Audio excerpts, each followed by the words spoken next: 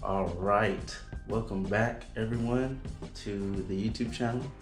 Today is Monday, and you know what that means? It is Money Monday once again. Today's topic, we're going to be talking about how I manage my expenses on a monthly basis, as well as for every pay period. So every time I get a paycheck, whether that's every 2 weeks, weekly, or whatever period it is that you get your paychecks. This may not work for everyone. It's not really meant to work for everyone. Everyone should have their own technique, their own their own way of managing their finances that works best for them. The most important part is that you do have some type of way to manage your finances. And you're not just kind of, free balling it every day, spending over here, saving over there, making sure that you do have some type of plan. This is the type of plan that works for me. But the important part of this video is that you manage your finances whatever way works best for you. Whether this way works for you or there's another way that works for you. And if you haven't tried anything yet, this would be a good place for you to start. Try something out, and then maybe this doesn't work for you, and you have you can change this up to work best for you, or you can just scrap it all together and make your own thing. But this is what works best for me. I've been doing this for the last 2 years. Yeah, so let's get started. And happy Monday again. I hope that y'all had a good weekend and that y'all are ready to get the ball rolling this week. So the first thing that I do is I have one of those big calendars, like kind of the ones that you can put on your desk or the ones that you put on the wall. I used to have a desk one, but now I have the wall one. I feel like it's better for me personally. I hang it up on the wall somewhere where I'll see it every day, and I write down all my monthly expenses, no matter how big or how small. So some of the expenses that I write down are music subscriptions. So if you have Apple Music, Spotify, whatever music you have, music subscription, car insurance,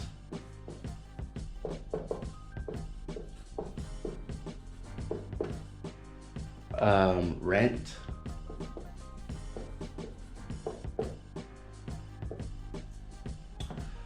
what else? I had a whole list, now I'm forgetting. Credit card bill, we'll just put it CC for credit card.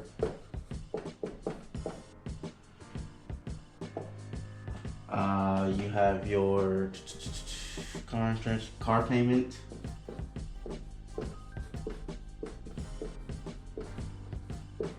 if you're still paying off your car, you have car payment, credit card bill, rent, car insurance, music subscription, Netflix or any TV subscription, cable.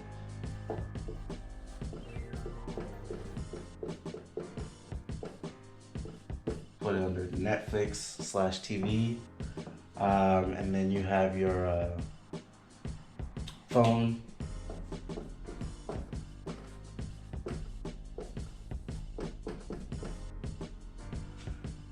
things like that. Anything that you pay for monthly, every single month, and you know it's going to be there next month and next month and the next month, you want to label that on the calendar on the date that it is due. So let's say this is the 18th of every month, this is the 12th, this is the 1st, this is the 30th or the 29th, the 15th, the 20th, and then the 23rd. Okay, so what I usually do is I write down what it is.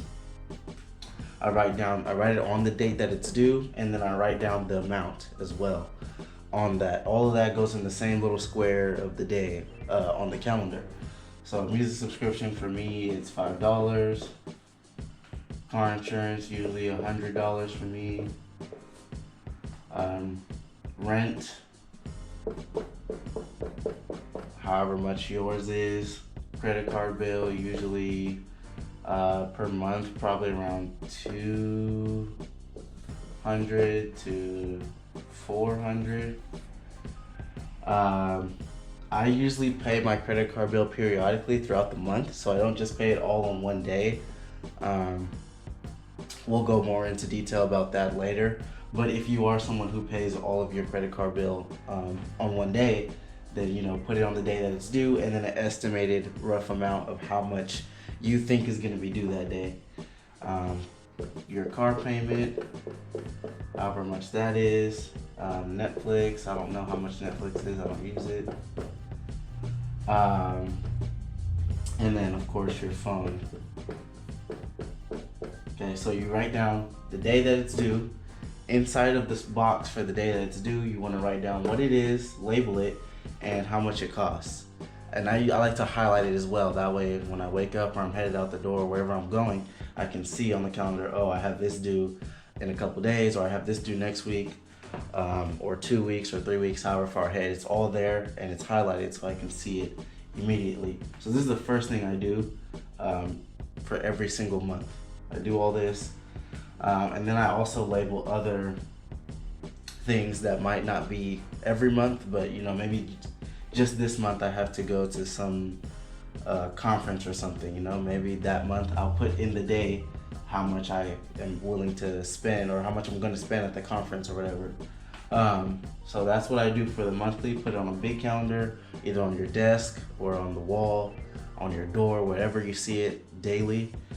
So that you always know what's coming up and when.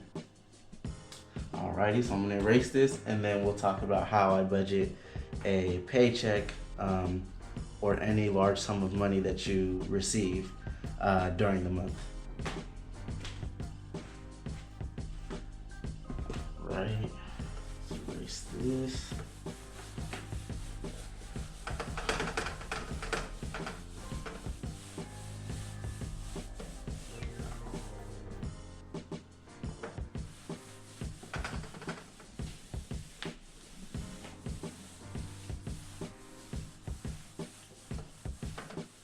Alrighty, so when it comes to paychecks or any large sums of income that I receive, I write it all down on a piece of paper, the amount of money that I received and where everything is going and how much.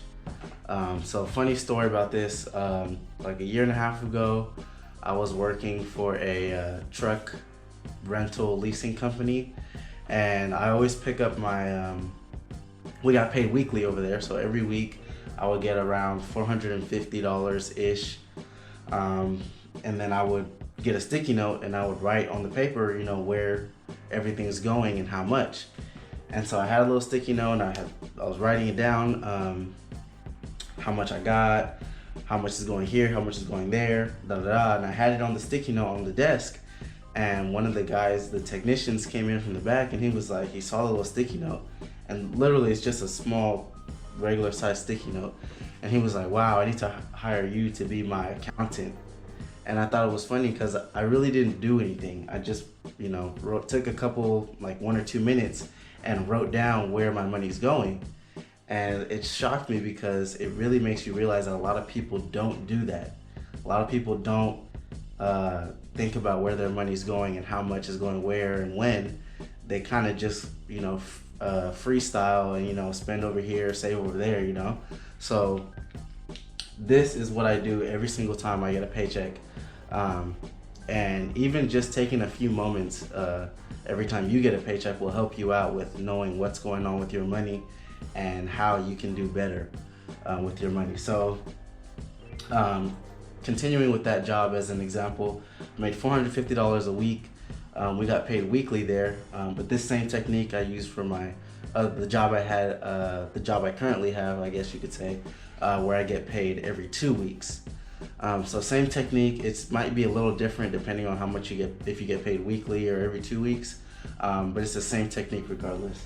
So at that job I was making about $450 a week.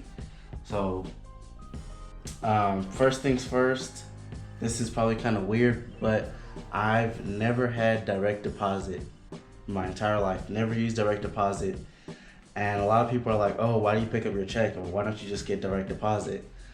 I know it's convenient for some people, but for me, I like to physically have my money in hand before it goes anywhere. That way I know that I can see it and I can visualize it and I can feel it. And I know how much weight it holds, when I'm putting it in other places. Versus just having that money pop up in my checking account the next day, and then before I get time to actually budget it out, I'm already swiping my debit card or whatever. So I've never had direct deposit. I always pick up my check physically, and then I budget it accordingly that same day before I even put it anywhere. So I don't know if that might work for you, but that might work for you. Maybe you should try that out. That way you have full control of your money before it goes anywhere. So I get the physical check in hand, $450. I get the sticky note, and I put it on the envelope as well as with the money. And so I have $450. Just for real life example, we're not going to use $450. I have notes on my phone here, so we're going to use $449.81. That's about how much I would get a week. Now, first step is the most important step. Before you start paying debt and you start paying for gas and food and all that other stuff, you want to pay yourself first, okay? So for everyone, this might look a little differently. Paying yourself could mean savings, saving up money for a getaway or whatever you want to do. It could mean investing, right? Investing is an asset that you own. It's for yourself, something that'll appreciate and that'll grow over time. So you want to pay yourself first. I don't care if you make $20 a week, if you make $100 a week, if you make $10,000 a week, always pay yourself first.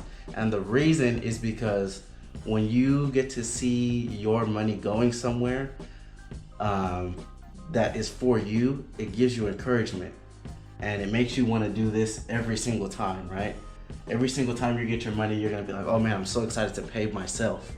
I'm so excited to build something for myself, right? Because you put in all that time, all that effort, all that work at work for someone else, right? And a lot of people, they get their money and they instantly think about who they have to pay. They have to pay someone else. They have to pay their debt. They have to pay their car note. They have to pay the car dealership for their car. They always think about paying someone else. Make sure you always pay yourself first, because it'll get you on the right track and get you in the right mentality. So for me at the time that I was working there, we'll use closer to the end of my time there, because I was going to go back to school. So paying myself at that time would look like savings, because I was saving money for when I go back to school, because I didn't plan on having a job when I went back to school. So paying myself first, I would do savings first, right? So here's the amount of my check minus the amount of money that I'm gonna put in my savings. I like my savings accounts to end in zeros, so like 2200 or 2100 or 2150, something that ends with a zero. So it was always 50 or 100 whenever I put money in my savings account. So for this example, we're gonna do 50, and then I always label it savings. And then your remainder, after you take away 50 from your paycheck, you're gonna be left with, or I'm gonna be left with, $399.81, right? That's my remainder. Okay, and if you have more money after, if you have a little bit more excess after paying yourself in savings or however, you can pay yourself in another way. Maybe you have a Roth IRA, maybe you have other assets that you wanna build. So for me at the time, after my savings, $399, I had most of my expenses covered for that month. So I had a little bit left over. I paid myself again in the form of assets. So I would invest some more money into my brokerage account. And usually with my brokerage account, I like to put the change in there. This is just little minor stuff that I do. So the 81 cents is gonna go into my brokerage account, as well as $49. So minus 49.81, and then I label this one as invest. That leaves me at 350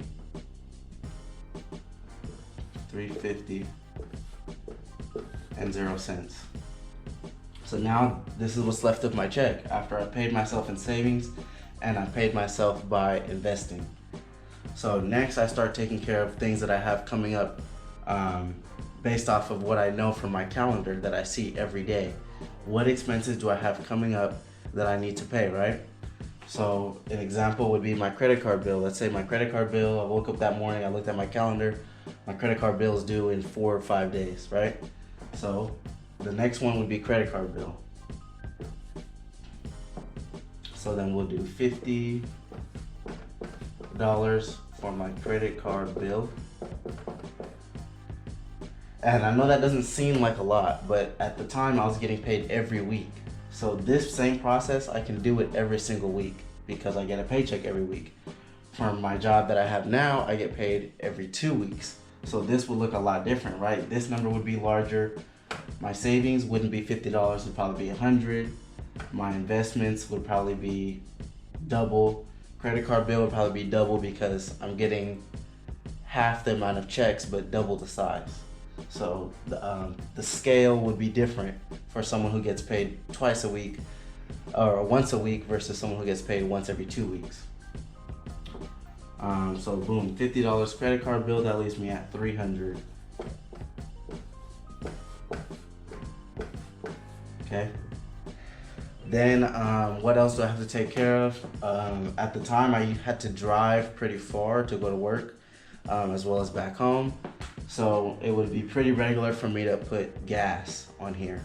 How much I was gonna pay for gas for that week, or just for that week and moving forward. So $25 would be the standard gas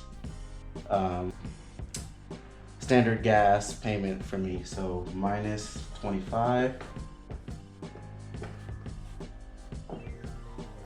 and then we label that as gas.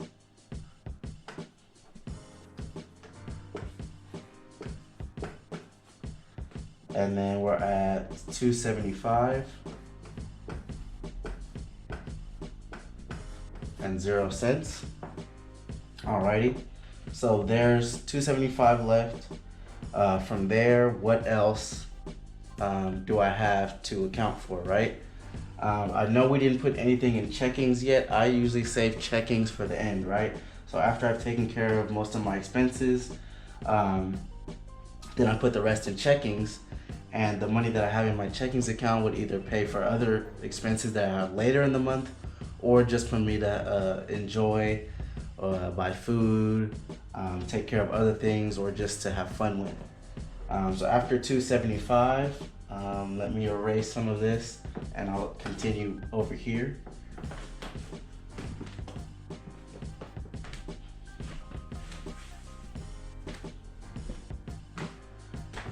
Alright, so after $2.75, you should already have this part down or understood at least.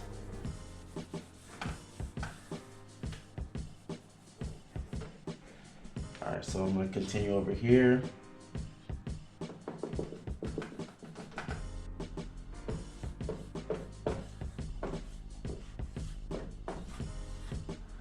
I usually like to carry about $20 to $40 worth of cash on me just in case.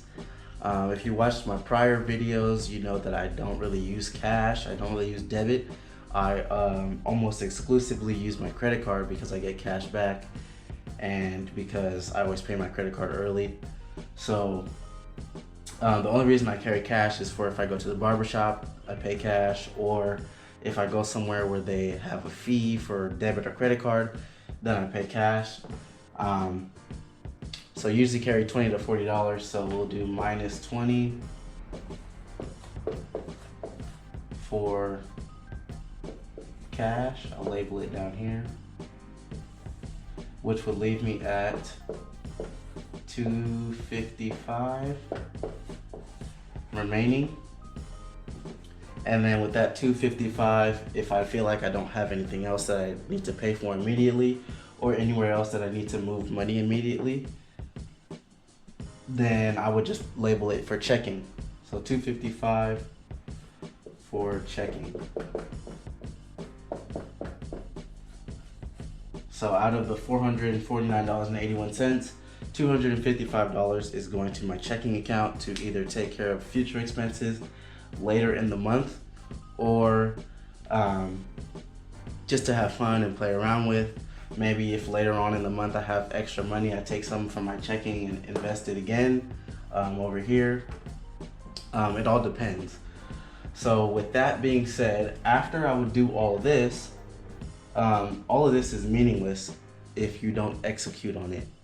So for me personally, since I always picked up a paper check in physical form, I would put this on there before I even leave work. I usually do this at work when I have about 5 minutes of downtime. I would just do all this, or during lunch, I would do all of this, attach it to my check, put it in my car, or put it somewhere safe. Then when I come back to it later on after I get off work, I immediately start putting money where it belongs, right? Before that money even touches my checking account or anywhere where I can possibly spend it, I'm already putting it where it belongs. So I go to the bank, right? I put the whole thing in checking account. Sometimes I put the whole thing in checking account, and then from there I start transferring to my other accounts, right?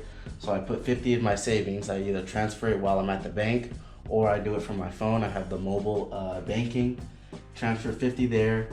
$49.81, I transfer that to my brokerage through my phone. So I do that immediately as well. $50 for my credit card bill, I pay through my phone. I do that as well once I get to the bank.